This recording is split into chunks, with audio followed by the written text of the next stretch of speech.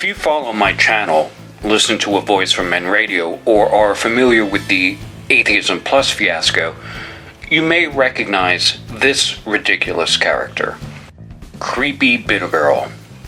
I would suggest that in order not to come up behind a woman, word to the wise, in a public space that would make her feel threatened, harassed, and sexualized, that you have your legs amputated above the level of your genitals. Patriarchy. She's a gyno warrior battling privilege, patriarchy, and of course, penis, and views everything through the suffocating filter of white, educated, means of reproduction obsessed, middle class privilege. Creepy BitterGrrl came out of the extreme lulls had by a video John the Other shot in Vancouver, British Columbia. John had put up some posters on a construction site advertising a voice for men and men's rights in general, which expressed the thought that decent people don't hate and fear blacks or Jews or gays or transgendered or women, and by extrapolation, decent people shouldn't hate and fear men either. Now, when John put up these posters a week or so prior, they were torn down and vandalized. In some cases, the perfectly innocuous claim that men's rights or human rights were stenciled over with the single word, wrong. John had permission to put up these posters from the construction company and had confronted people tearing down the posters before. In that instance, the people tearing down the posters assaulted a security guard for the construction site who had tried to stop them. So when this happened again, John was ready. He didn't try to interfere with the people trampling all over his free speech rights, because he knew that's exactly what they wanted. He just filmed and engaged them in conversation, giving them enough rope to hang themselves as a babbled, self-serving, social constructivist nonsense, and not incidentally waving around box cutters. And when the police arrived, they ran off. Now, the clown with the biggest nose in this traveling circus was a woman standing off to the side, intently videotaping the action while the half-bright flying monkey minions did all the dirty work. Just hypo-agency in action.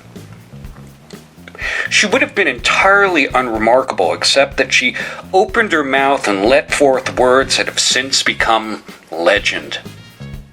I really prefer you didn't talk to me because you hate women. Thank you. Well, please don't project imputations of malice on me. I haven't said anything about you except please don't talk to me. I would like you to respect my...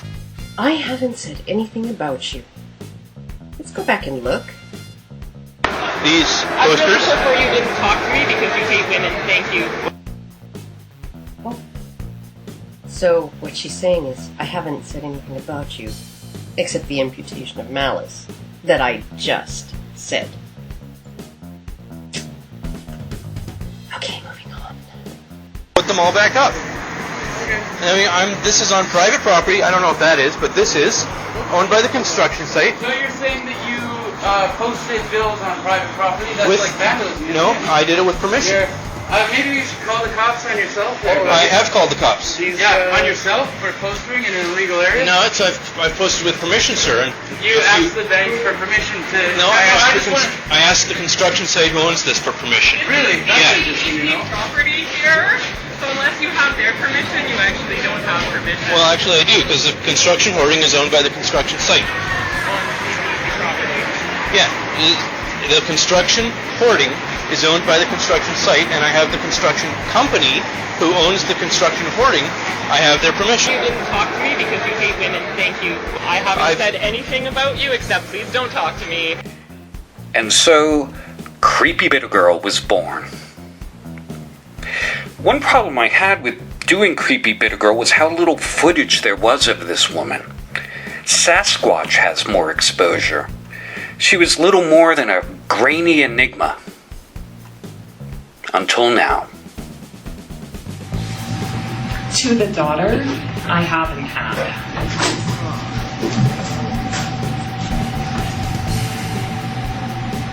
I have mothered others in your place. Sisters, students, delinquent roofer nurses in training, mini-me's, and the occasional gang member or child of privilege who slipped off their blindfold.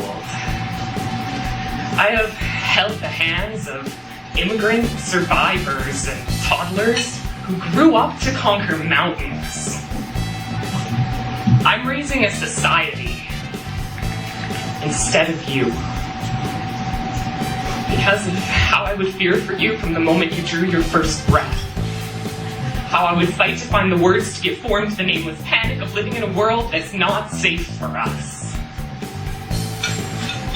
I've mothered so often. I say, no need to go there again. And embrace this childless life. So, when this fear slips out, it is in secret, whispered syllables I say to the sky. If this body is built for the burden of bearing another, let me bear boys. Send me sons so I can sleep softly after the sun has set and keep forgetting the goosebumps of invading hands that march over, try to occupy, instead of feeling them by proxy, fearing for you. I can't speak the story that is writ across my skin, marked transgressions or boundaries broken without breaking them again, but let it suffice to know that if I gave you life, so too I'd have to give you all that sad advice. Hold you like I've held so many adopted sister-daughter types through racking stories of how the self becomes suspect when instead of solutions, society offers you shame to repay such violations.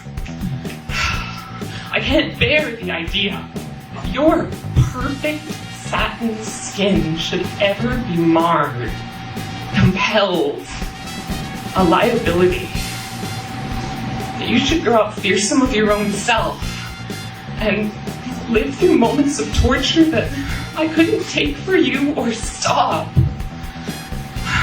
Unborn baby girl, you stay so I can keep you safe. The only way I know how. I'm building a world in your image, so I may someday see your face. Wow. I haven't said anything about you except please don't talk to me. Talk to me because you hate women. Thank you.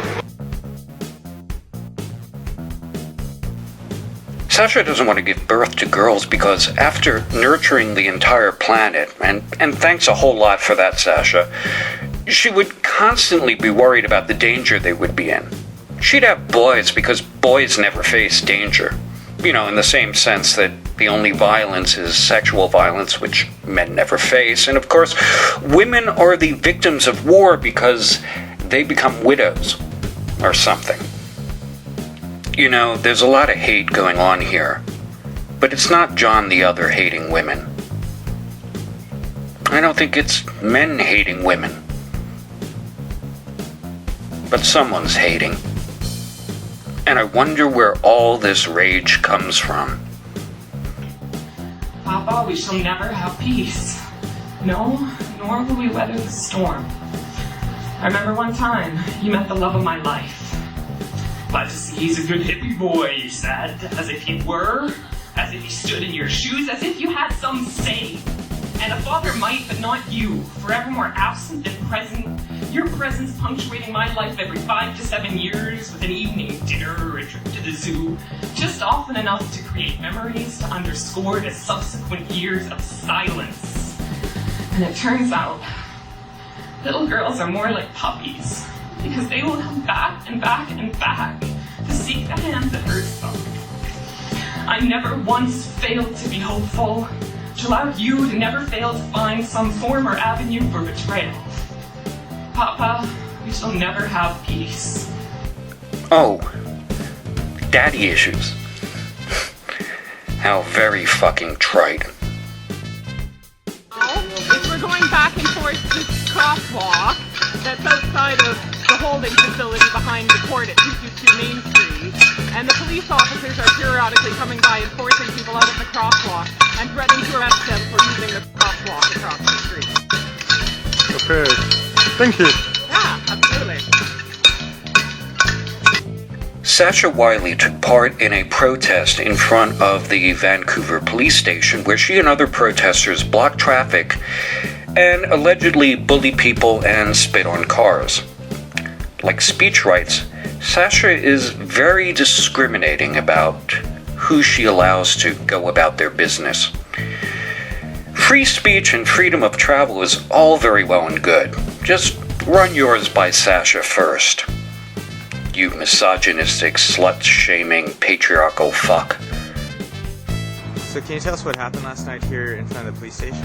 Yeah, so we were using this crosswalk in front of the police station, between the police station and the jail here as the site for our protest, and the police were blocking traffic, and at one point the police all left, and so we were still there blocking traffic, and there was a large kind of burgundy SUV with Idaho license plates who was kind of behaving really aggressively, like he was going to try and drive through the crosswalk regardless of the people walking there, and honking his horn. And so I went and stood in front of him to kind of, you know, like, look, you're not going to get through, and hopefully to discourage him from continuing to kind of be aggressive and unsafe. And so at one point he backed his vehicle up and then gunned it toward me like he was going to run me over. And so a bunch of people moved toward the vehicle. And so at that point the vehicle did actually start backing off, and then a bunch of police came out of the police station behind us here, and 5 of them circled me and grabbed me by the arms and told me I was under arrest. So these were all men? So these were all five male Vancouver Police Department officers. That's what it takes to arrest a 140-pound school teacher here in Vancouver, apparently. And they had me on the ground for a good couple of minutes, and like one of them was sitting so I couldn't put my arm behind my back, but using his leg as kind of a lever so he could yank my arm against it until they moved to actually put my arms in cuffs. And I've got some swollen knees and concrete burns and things like that. That's your arm here? Yeah, my wrist is really sore and swollen. Matthew, our Occupy medic, wrapped it up for me and has been taking care of me. I've got some little bit of concrete burn on my shoulder. That knee's swelling up pretty good today. That's where they caught my foot in the door there. And so then the officers, I think the ones who'd handcuffed me, went to kind of start patting me down and searching me, and I said, don't I have the right to be searched by a female officer? So after they'd grabbed my ass a little bit, they backed off, and a female cop came over. So you... They claimed that I was going to be charged with property damage, vandalism, for spitting on the red SUV that was trying to run me down. I totally hadn't spat on it. And so in the end, they told me the charges were being dropped because they couldn't find the driver of that vehicle, so they couldn't find the victim. He's the victim, the guy who was going to run me down. Knowing what we know about Sasha Creepy BitterGrrl Wiley, I feel vindicated in telling John the Other he was very, very lucky in his interaction with Sasha and her friends. The Great Poster Teardown had very little to do with John's posters and everything to do with Sasha Wiley attempting to provoke another incident that would end up on video and add points to her already full victimhood dance card. And Creepy BitterGrrl? Well, I have to admit, I'm in awe of Sasha Wiley.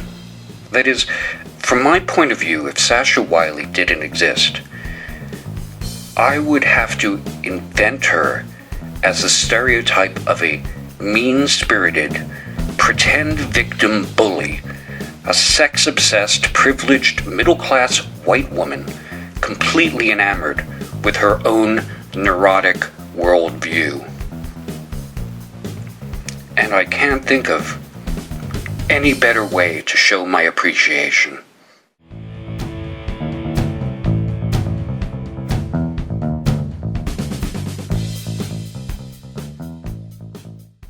Now, before anyone claims I doxed Sasha Wiley and the bogus outrage and bullshit legal threats begin, I will point out the obvious.